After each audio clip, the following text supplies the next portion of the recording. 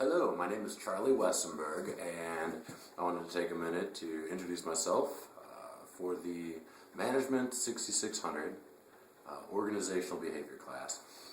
My topic is cross-cultural communications. It's in the text. Nancy Adler wrote it, but specifically what I wanted to do is explain some of the cross-cultural miscommunications that I've experienced in my lifetime, or some of the things that I've learned in other cultures that are common courtesy. I was in the Navy for a while, so I had the opportunity in the Navy to go to Bahrain, Dubai, Jebali, Oman, Hong Kong, Thailand, Canada, and Mexico. And each of these places has different cultural norms. So learning those could be a challenge. Some of the things that I ran into were eye contact. In the United States, we use eye contact. I mean, as a sign that, hey, we're engaged, we're paying attention. But in some of the places that I went, prolonged eye contact was almost a sign of defiance. It wasn't a polite thing to do. In particular, in some of the Middle Eastern countries, I mean, some of the ladies are wearing masks and gloves and are completely covered, and you don't want to make prolonged eye contact with one of the ladies over there. It would be disrespectful, not just to her, but to any brothers or male friends that she might have with. Another relating to that I messed up on MTSU campus. I just met a lady from Saudi Arabia, and I held out my hand to shake her hand. I forgot. Generally, in the culture where she was from, the females aren't really supposed to come in contact with males. So to even shake my hand was not the right thing to do. Now, fortunately, a lot of times people from other cultures are rather forgiving. They understand that we have our own culture and our own norms as well. So she didn't think I was a complete moron. Nonetheless, had I been on my game, I would realize, okay, holding out my hand to shake hands with a female from the Middle East is probably not the right thing to do. It's not going to earn me points. Some other things that some of you may have come across in your lifetime include walking into a house from someone from the Middle East, certain religions. You take your shoes off at the door. Well, I had arrived in Korea. I did a teaching job. I took a contract in Korea for a year, and I'm just walking across the floor. Now, they don't all have you take off your shoes, but I was probably supposed to. And in this particular instance, they had some sort of beads or coffee beans or something spread out throughout the living room floor. I couldn't know. I still, to this day, because of a language barrier, have no idea why those beads were there. But when I tromped through them with my size 12 boots, they weren't happy. So some things are unavoidable. I mean, when we go to another culture, when we travel abroad, there's going to be some mistakes that we're probably going to make, but kind of the purpose of the article is to help us remember to, hey, don't look at their cultural norms as wrong or right. Don't look at our cultural norms as wrong or right. Our goal in dealing in any international or intercultural communication situation is to try to observe, try and understand what's going on, and not come to conclusions. I think the text specifically says observe, but don't try to interpret, and they use a different word aside from make conclusions. But the idea there is don't make judgments based on how you interpret the behaviors of somebody in another culture. Fortunately, the people whose beams I stepped across and kicked across the living room were rather forgiving. Another thing, all right, it communicates when you have manners. All right, it's a form of communication. It's not verbal communication, it's nonverbal, but sitting at a table. A lot of the older people in Korea were all eating soup out of the same bowl. There's a big bowl in the middle of the table. We're eating, and they would get a crunchy. I don't know if it was a mussel shell or what it was, but it wasn't impolite for them to just spit that right back out on their plate. They just put their head down and spit it right back out on the plate. So to our culture, it's like, oh, that's terribly rude. No, to theirs, it's just reasonable. It makes sense. It's like, I don't want to swallow that. I'm spitting it back out on my plate. On my side, and it's once again table manners, when I wanted a refill, it's not polite to just grab the thing and refill your glass. You actually wait or request a refill, and at least in the culture that I was at in Korea, the oldest or the ranking female at the table would fill your glass. Now, this is the other part. So I slide my glass over for her to fill it up. That's not how it's done. You have to lift the glass up, lift the glass, and put this hand either high up on the arm, I don't know if you can see from there, or farther down is even more respect, like on a cuff link. And not only do you do this when you're getting a refill, so I felt kind of weird because I'm 6'3", and I'm holding, their glasses are the size of a shot glass, and I'm holding it with both hands. You're supposed to hold that with both hands, or the deviations that I mentioned there, the variations. But any exchange of money, any exchange of anything, you had to hold out your money and put your hand here, or put your hand here, and when they gave you change back, you had to do the same thing. It was a form of communication in that it was showing manners. It was showing that I respected their culture and was trying to do as the Romans when in Rome. Another incident I had, back to Middle Eastern countries. When I sit down, sometimes I'll prop a boot up on my knee. All right, one leg kind of cross-legged, well, the bottom of the boot in a lot of the Middle Eastern countries, it's considered the dirtiest part of the body, and to face that towards someone is extremely offensive. So something we wouldn't think twice about doing in the United States, just putting your boot up on your knee, or your shoe up on your knee, or your barefoot, and if that is facing somebody else in a Middle Eastern culture, it's just considered to be offensive. Now, I know we have a couple people from the Middle East in our class, and I know that you guys know that, hey, you come over here, you don't expect all of the Americans to go by the norms that you have over there, and boy, am I grateful for it. I have a lot of friends from Jordan and Saudi Arabia here in the MBA program that they're very forgiving. As a matter of fact, a gentleman, he's a friend of mine, his name is Samer from Jordan, Samer Maslamani. Now, for about 9 months, I called him Samar, and he didn't want to correct me because he didn't want to be rude. And Samar, as the Middle Eastern people in class know, that's actually a girl's name. So he let me, he's a close friend of mine now, but he let me call him a girl's name, Samar, instead of Samer, for about 9 months. Meanwhile, I'm doing the same thing. He's texting me, and instead of hey buddy or hey hi, it was dear. Yes, dear, I miss you, dear. I look forward to it, dear, which in our culture, dear is a term of endearment, of friendliness, but generally it's like a guy telling a girl dear in a relationship, girl telling a guy dear. So when he's calling me dear on the phone, I was afraid to correct him for about the same time period. So finally the day came when he was like, you know, Charlie, my name is actually Samer, not Samar. And I said, well, you know, Samer, you probably don't want to call me dear anymore. But some other examples of traveling, let's see, we talked about table manners. Oh dear. When I was in Korea, I was teaching, and we have a collective society over there, all right?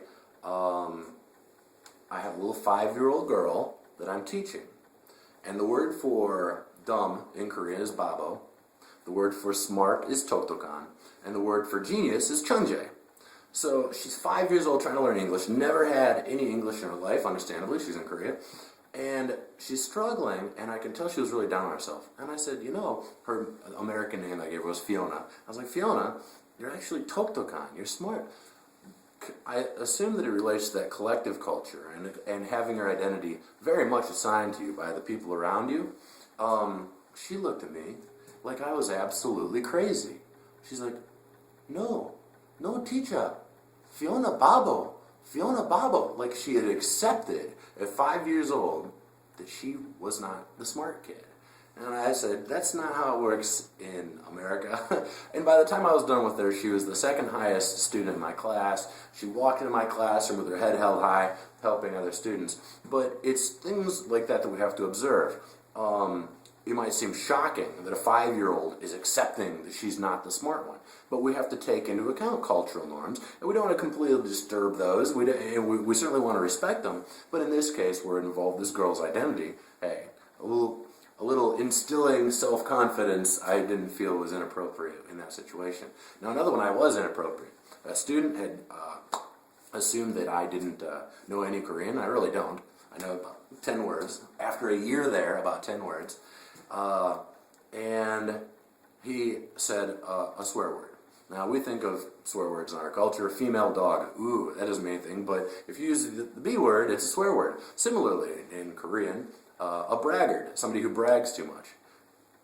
Just like somebody called the B word may in no way resemble a female dog, the swear word, I wasn't bragging, there was no, but that word in Korean is a terrible swear word. And I caught the student saying it. So I walked up, huge language barrier there.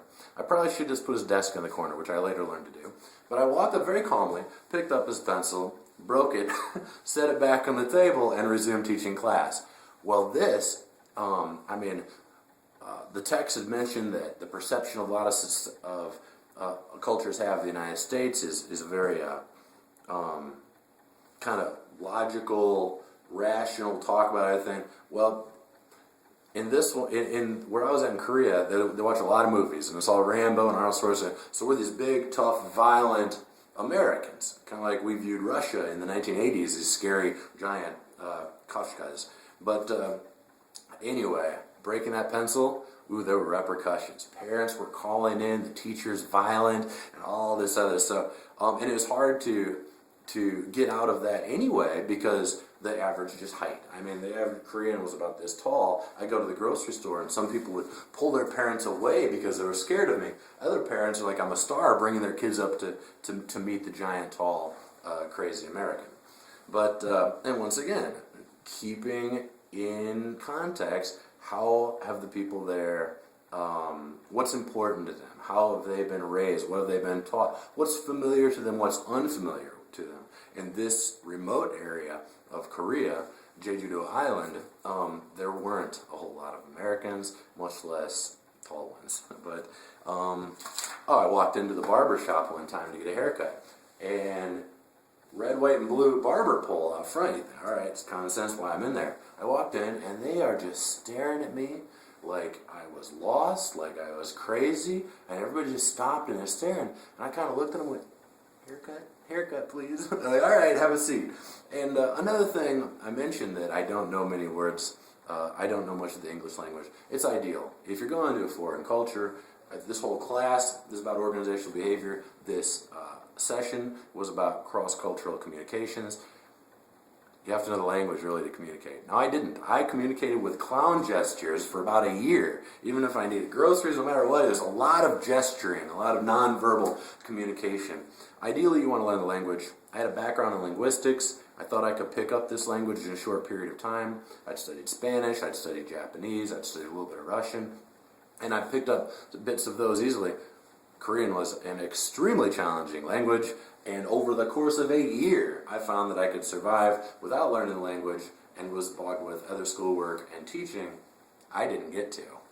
Ideally, you want to at least brush up on some basics when you're dealing with an organization or business with representatives from another culture or another country.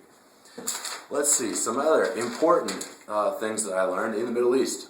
All right, you don't really use this hand. You don't use the left hand.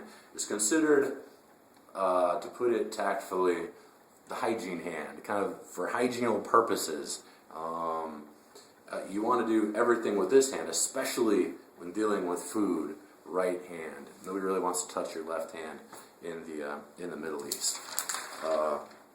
Let's see, I mentioned eye contact.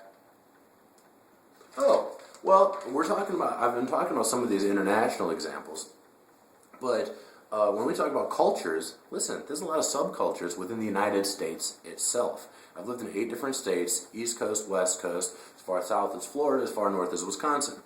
And some places, you hold the door for a lady. I've been in places in California where the lady was actually offended that I held the door for you. Even me using the term lady. Some places they want females, some people lady, some prefer to be called women, some don't. Ma'am, yes ma'am, no ma'am. I know in the South we're taught a lot of that, yes ma'am, no ma'am. In the North it's considered very respectful, but places in the West in particular, they considered ma'am somebody much, much older. And I've seen that the instances here of especially educated females with more education tend to be more offended when I say yes ma'am or no ma'am. sir pretty much goes anywhere, but then you have some men who don't want to be called sir, but that actually has to do with more of a military culture. Sir is an officer, all right? Enlisted are not considered sir. You don't call them a sir. Sir, the officers are considered not to work in military environments, circles, and that little subculture there. It's a joke, but so you'll have some guys say, "Don't call me sir, I work for a living." Well, that's kind of the what's behind that. But anyway, back to communication here. Let's see if I have any more examples to tell you about. Oh, all right.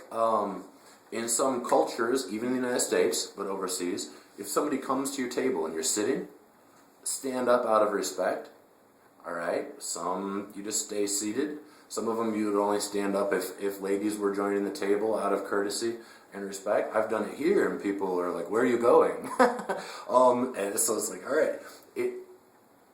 I guess the point of all of this is that sometimes even in our own culture, there's so much variation. The United States is a huge country that it's hard to respect different subcultures within the United States.